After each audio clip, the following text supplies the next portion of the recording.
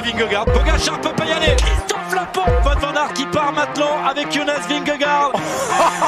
Attaque de Marlou.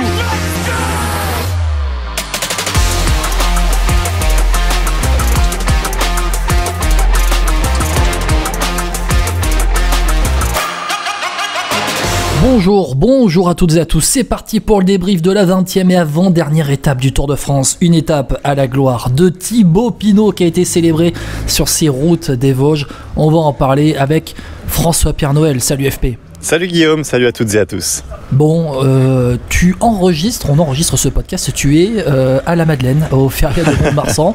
Donc voilà, on va en profiter, tu vas nous faire vivre un peu cette ambiance aussi autour de toi. Bon, je me suis un peu éloigné quand même. On entend, tu t'es un peu éloigné, heureusement. C'était la journée de Thibaut Pinot quand même. La journée de Thibaut Pinot, et puis je sais pas si ce que tu en as pensé, je trouvais que l'étape, on sentait un peu un côté classique, tu sais.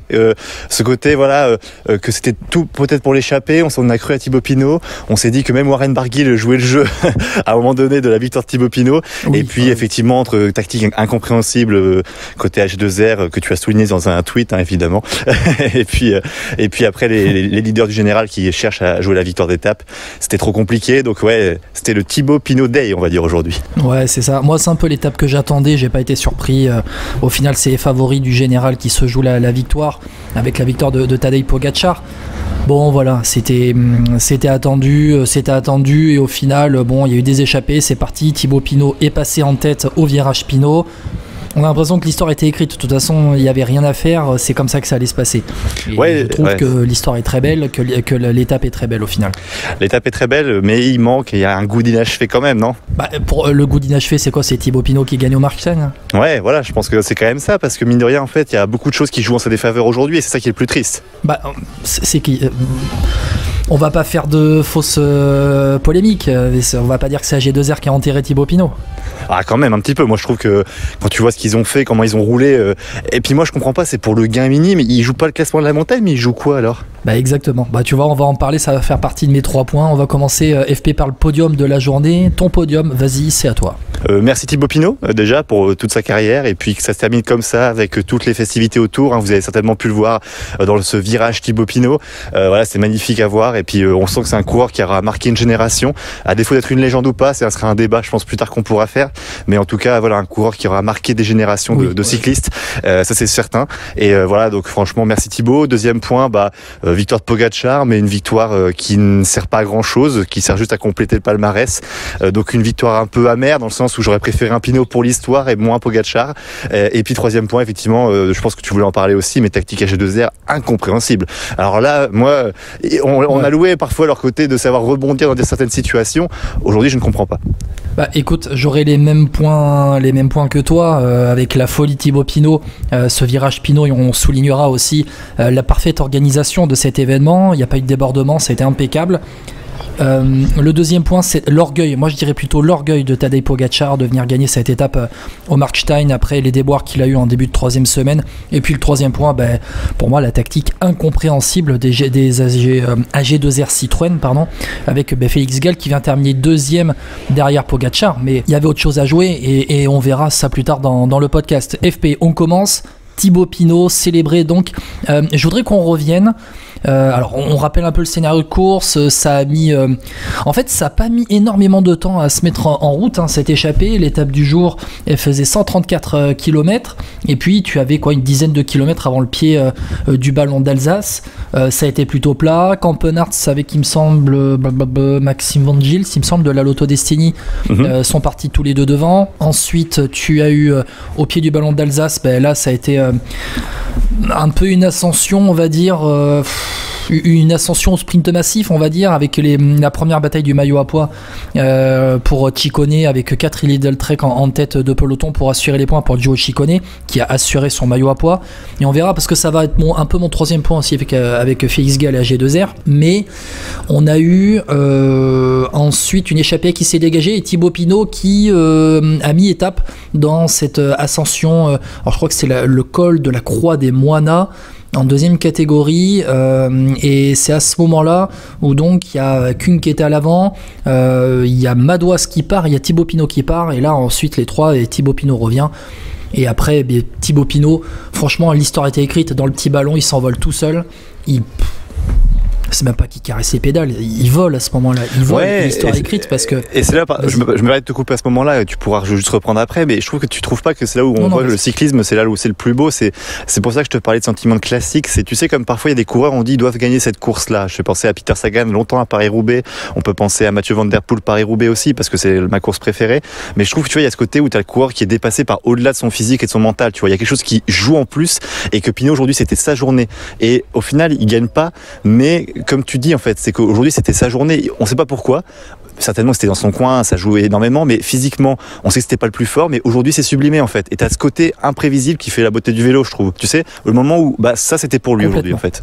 C'est ça qui était beau. Complètement, mais en fait pour Thibaut Pinot, la ligne d'arrivée elle était à cet endroit-là. Elle était à 1,5 km du sommet du petit ballon. Donc on était une vingtaine de 17 km de l'arrivée, je crois. Et c'est vrai que et il y a eu, notamment, je regardais Eurosport, et puis Eurosport, il disait, mais en fait, il a 20 ou 30 watts de plus, mais c'est cadeau, c'est des watts frissons. C'est-à-dire qu'à ce moment-là, tu ne te sens plus pédaler, tu voles.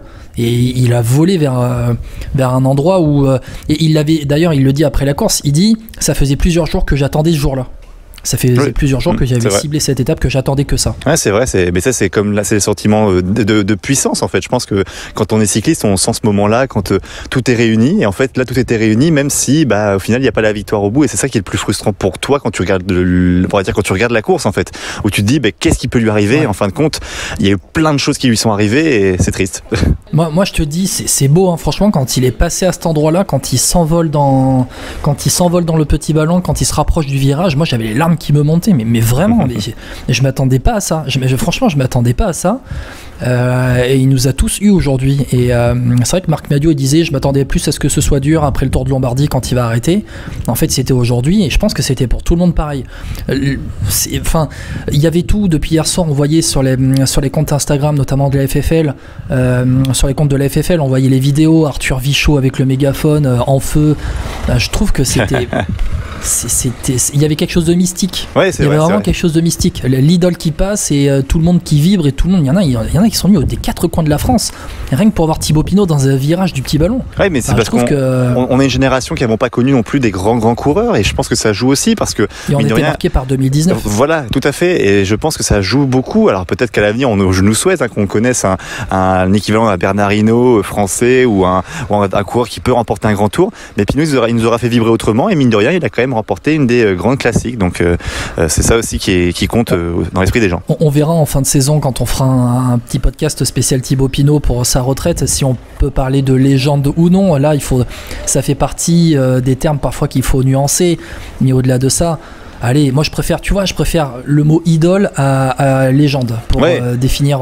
Tu sais, quand on dit l'idole, je trouve qu'il y a un comparatif très intéressant que j'ai entendu aujourd'hui avec Raymond Poulidor dans l'imaginaire. Le comparatif est à peu près identique en termes de palmarès. Poulidor est 10 fois au-dessus de Thibaut Pinot. Mais Thibaut Pinot laisse quelque chose, et aujourd'hui c'était le feu d'artifice. Je tiens d'ailleurs à souligner, FP, dans ce passage du petit ballon, l'organisation parfaite de la Fédération Française de la Loose.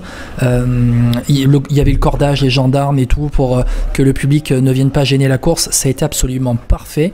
Il n'y a pas eu de débordement, et ça, franchement, quand on a vu les articles des derniers jours avec le renouvellement du public festif, etc., là on a vu qu'on pouvait avoir un public festif et que tout se passe bien, et je trouve que l'événement a été parfait de A à Z. Ouais, je suis assez d'accord.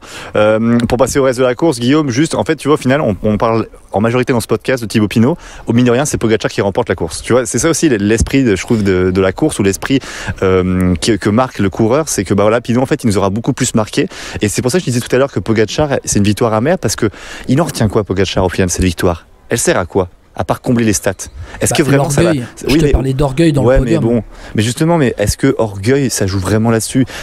Ça lui changera rien en fait au final. Alors je dis pas que c'est galvauder sa victoire d'étape aujourd'hui, mais tu vois ce que je veux dire, il va en rester tu sais, FP, quand t'as eu un craquage énorme comme... Ouais, mais bon, d'accord, mais le craquage... Tu sais, quand t'as un craquage énorme comme il a eu notamment dans le col de la Lose, quand il a eu dans le contre-la-montre, d'accord, mais... il passe de 30 secondes à plus de 7 minutes en 48 heures à peine. Ah, je suis d'accord, mais après, est-ce que le gagner cette étape aujourd'hui, ça te remotive ? Je suis pas sûr. Pour moi, ça va prendre des mois, et ça sera que l'année prochaine, s'il revient sur le Tour de France, a priori, qu'il pourra, on va dire, combler ce vide qu'il aura en lui, qu'il a laissé filer cette année avec le Tour de France et Vingegaard. Donc pour moi, aujourd'hui...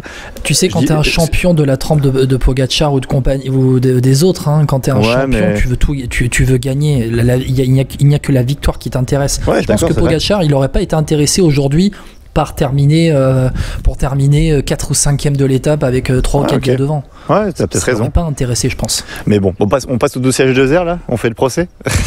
Ouais, alors on va faire le procès AG2R. Juste dire que pour Tadej Pogacar, il sauve un peu ce Tour de France et c'est sa 2e victoire sur ce Tour de France. Il aura quand même collectionné 1, 2 2e places et 1, 2, 3 3e places. Bon.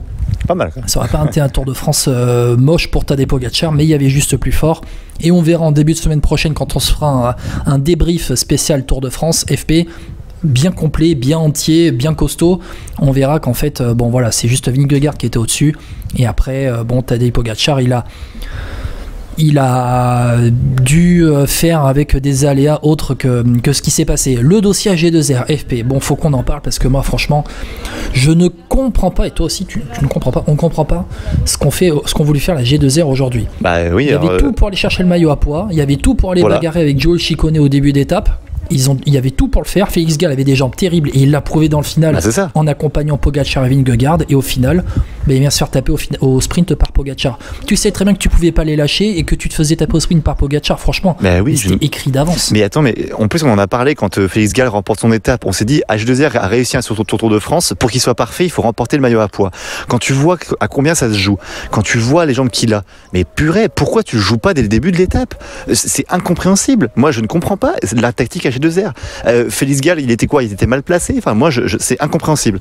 Vraiment, moi, je comprends pas. Surtout que quand tu regardes la situation au classement général de Félix Gall avant cette étape-là, mais c'est même impossible pour lui qu'il y ait une remontée au classement général avant cette hormis étape. Chute. Ouais, hormis chute. Alors la preuve, il y a eu Sepkus qui a chuté, lourdement chuté en début d'étape, tout comme Carlos Rodriguez. Exactement. Mais Félix Gall au départ de l'étape, il est 8e du général à 16 minutes 11. Devant lui, c'est Jay Hindley, 7e du général à 13 minutes 50. Donc là, on parle quand même d'un écart de 2 minutes 20 à peu près, 2 minutes 21 au classement général. Jay Hindley, ils étaient tous groupés, les favoris, au pied du Platzer Vasel, du dernier col de la journée. T'allais pas reprendre plus de 2 minutes comme ça sur Jay Hindley sur 6 ou 7 km. Bien sûr que non, mais impossible. Et tu vois, Félix Gall, et en plus ils ont déjà eu la victoire d'étape, quoi. Mais oui, c'est incompréhensible. Vraiment, je ne comprends pas non plus la tactique AG2R. Et puis, alors après, est-ce que c'est ce qui fait perdre Thibaut Pinot? Bon. Est-ce que les favoris c'est un peu l'accélération de Félix Gall qui fait craquer Thibaut Pinot parce que c'est lui qui fait le jump pour revenir sur l'issue. Je crois que c'est à 3 km du sommet. Tout à fait, c'est lui qui fait le jump. Mais je veux dire, c'est Félix Gall, je ne comprends pas son intérêt aujourd'hui. À part la victoire d'étape, certes, mais comme tu dis, quand tu es avec Pogacar, tu as peu de chances de gagner. Et surtout que lui au sprint, je veux dire, on sait bien que les dispositions de Pogacar sont quasiment imbattables, hormis si tu as un autre sprinter, quoi. Limite Van Aert, j'y croirais plus, mais il faut qu'il le suive. Et là, Van Aert n'est plus là, donc de toute façon, ça règle le problème. Mais exactement. Tu vois, donc non, je suis incompréhensible. Parce qu'en plus, tu vois, il y aurait même pu y avoir, si Félix Gall n'avait pas roulé comme ça, et que Vingegaard et Pogacar étaient restés seuls, il y aurait même pu y avoir un attentisme entre Pogacar et Vingegaard, puis ça aurait pu profiter à Thibaut Pinot pour garder encore quelques secondes d'avance. Je parle de Thibaut Pinot, mais avec Warren Barguil et notamment Pidcock qui était à l'avant. Ouais. Tom Pidcock.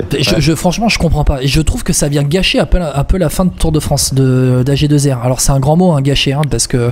Mais moi, j'aurais un petit goût amer dans la bouche en parlant de cette fin de Tour de France d'AG2R avec le maillot à poids qui leur tendait les bras, alors que Joe Ciccone, il a tout fait dès le début, sans concurrence, personne pour le gêner. Alors que franchement, en haut du premier col de la journée, mais si Félix Gall termine dans la roue, allez, on va dire, il termine 3e et pas 2e et prend quelques points, parce que Skelmose l'a accompagné de Ciccone. Il y avait tout pour aller chercher le maillot à poids, il y avait tout. Ils ont déjà la victoire d'étape. Ouais, je suis d'accord avec toi. C'est vrai que c'était incompréhensible. Moi, je n'ai pas d'autres mots. Franchement, quand tu vois comment ils ont roulé aujourd'hui, alors, à part s'ils croyaient vraiment à la victoire d'étape, mais il faut m'expliquer comment tu bats Pogacar. Alors oui, on me dira peut-être qu'il peut avoir encore un jour sans et craquer avant la fin, mais non, quoi. Non, là, tu voyais bien qu'il avait le coup de pédale qu'on lui connaît, donc non, je suis assez d'accord. Voilà, c'est dès le début, oui, tout à fait. Donc, non, je suis d'accord avec toi. Dès le début, l'équipe a voulu mettre en route pour maintenir l'écart. Ouais, voilà. Donc, non, vraiment Incompréhensible. Je répète ce mot. Voilà, incompréhensible, ce sera le résumé donc pour l'étape des AG2R. Il fallait faire un troisième point, mais en même temps, c'est vrai que quand on les a vus démarrer, Félix Gall, on se dit, mais en fait, il fait quoi mais il fait quoi? Parce qu'il va se faire taper au sprint par Pogacar, mais c'était écrit d'avance. Alors oui, tu me dis, peut-être que Pogacar n'aurait pas été en forme. Oui, mais c'était annoncé que Pogacar allait viser l'étape qu'il avait récupérée, donc à partir de là, bon. Bref, allez, on va pas refaire pendant 110 ans ce qui s'est passé. FP, on va passer au classement et on va passer à l'étape de demain rapidement avant que je te laisse partir vagabonder aux fêtes de la Madeleine. Et puis bon, peut-être que d'ici là, on se sera rejoint, on verra ça plus tard. Les classements, vite fait, avec donc la victoire de Tadej Pogacar devant Félix Gall, Jonas Vingegaard. Aujourd'hui, les frères Yates qui terminent à quelques secondes derrière Adam Yates qui avait roulé pour Pogacar et qui termine à 7 secondes au final. Warren Barguil et Thibaut Pinot qui terminent à 33 secondes avec Pello Bilbao 8ème. Le top 10 est complété par Tobias Haaland de Johannessen qui s'est bien accroché aujourd'hui, qui termine bien ce tour et c'est prometteur pour le jeune Norvégien ancien vainqueur du Tour de l'Avenir qui aura 24 ans le mois prochain. Donc Tobias Haaland, Johannessen et Rafael Majka qui font 9 et 10 parmi les autres favoris. Jay Hindley 11, Carlos Rodriguez 12 et Carlos Rodriguez qui a chuté en début d'étape, c'est dans la descente justement du Ballon d'Alsace avec Carlos Rodriguez avec Sepkus et les deux, je crois que Carlos Rodriguez chute et Sepkus lui roule dessus, il y a un truc comme ça et ils ont l'arcade explosé, ils terminent l'étape, l'arcade gauche en sang, le coup de gauche en sang, c'était assez impressionnant de les voir. Le classement général, alors il y a eu quelques changements, les changements classement général, toujours Vingegaard, Pogacar, Yates, ce sera le podium final à Paris. Simon Yates double Carlos Rodriguez donc à la 4ème place du général, Rodriguez 5, Bilbao, Hindley, Gall 6, 7, 8. Sepkus avec sa chute, lui derrière ensuite il s'est pas plus accroché que ça, il est terminé à 20 minutes aujourd'hui Sepkus. Donc il chute à la 12e place du général. Gaudu et Martin rentrent dans le top 10. Et du coup, Guillaume Martin, la Cofidis fait quand même son meilleur Tour de France depuis longtemps et tous les objectifs sont remplis. Ouais, exactement. D'ailleurs, Cofidis avec l'abandon de Victor Lafay aujourd'hui qui n'en pouvait plus. Victor Lafay qui a abandonné. On reparlera de la Cofidis du Tour de France qui était très bon. Et Thibaut Pinot qui termine à 1 minute 33 du top 10 quand même, 11e du général à 1 minute 33 de Guillaume Martin, donc à la fin de ce Tour de France, quand on pense que Pinot a fait 5e du Giro il y a encore un mois et demi, c'est franchement très costaud de la part de l'enfant de Mélisée. Très rapidement, les autres Français au général, Madoise 20e, Barguil 22e, ce qui veut dire que Groupama FDJ a 3 coureurs dans le top 20 de ce Tour de France. Le classement par points, ça ne change pas. Philipsen, Pedersen, Coquard, avec demain l'arrivée aux Champs-Élysées, on va en parler dans quelques secondes. Le maillot à pois avec donc Giulio Ciccone qui a assuré son maillot à pois, il sera maillot à pois sur les Champs-Élysées. Au final c'est une belle revanche pour celui qui n'a pas pu disputer le Giro après avoir été malade du Covid alors que le grand départ était chez lui. Classement de la montagne donc avec Ciccone, donc Félix Gall et Jonas Vingegaard, il n'y a que 1 point à disputer demain, 1 ou 2 je sais plus, 1 point il me semble. Maillot blanc, Pogacar devant Rodriguez et Félix Gall, et la meilleure équipe c'est donc Jumbo Visma, désolé FP, avec un peu moins d'1 quart d'heure d'avance sur UAE, et Ineos qui a doublé Bahreïn Victorious, on est à un peu moins d'une demi-heure. Groupama FDJ 5e équipe de ce Tour de France. Demain FP, c'est l'étape traditionnelle des Champs-Élysées. Bon, allez, ça va jouer au sprint. De la pluie qui est annoncée. Attention, demain, tu vois quoi? Demain, Philipsen. De toute façon, là, aujourd'hui, vu que les autres équipes se mettent à rouler avec lui, je pense que c'est fini pour les autres. Donc, non, c'est le plus fort, il a l'air impressionnant physiquement encore, donc mentalement au top. Je vois pas comment ça peut lui échapper, hormis la pluie, effectivement. S'il y a beaucoup de pluie, ça peut perturber le train. Mais non, là, honnêtement, Philipsen... 2 fois, 3 fois, je signe. Bon, écoute, on va pas faire très long. Je suis entièrement d'accord avec toi. Pour moi, c'est 100% pour Philipsen qui a déjà gagné en plus sur les Champs-Élysées. Les pavés, ça lui fait pas peur. On rappelle que Philipsen a terminé 2e de Paris-Roubaix au printemps derrière Mathieu Van Der Poel. Là, à mon avis, ce sera peut-être même l'inverse avec Van Der Poel 2e derrière Philipsen. On verra bien pour conclure ce Tour de France. FP, je te remercie beaucoup. Merci d'avoir été avec moi pour ce débrief donc de la 20e et avant-dernière étape de ce Tour de France. On va se retrouver en début de semaine pour débriefer ce Tour de France un peu plus en longueur et de manière posée. Pas de souci, on fait comme ça. Bah écoute, ciao à tous et puis à tout à l'heure. Allez, ciao. Et on se retrouve peut-être à tout à l'heure FP pour la Madeleine. Demain matin, dimanche matin, la grande présentation du Tour Femmes. Attention, la grande présentation du Tour Femmes qui débute demain de Clermont-Ferrand. Ce sera en ligne. On a enregistré avec Julien Després pour vous présenter cette semaine de course avec peut-être, on l'espère, Juliette Labousse sur le podium à Pau dans une semaine pour l'arrivée de ce Tour Femmes. Allez, bonne soirée à toutes et à tous et vive la Madeleine. Ciao, ciao.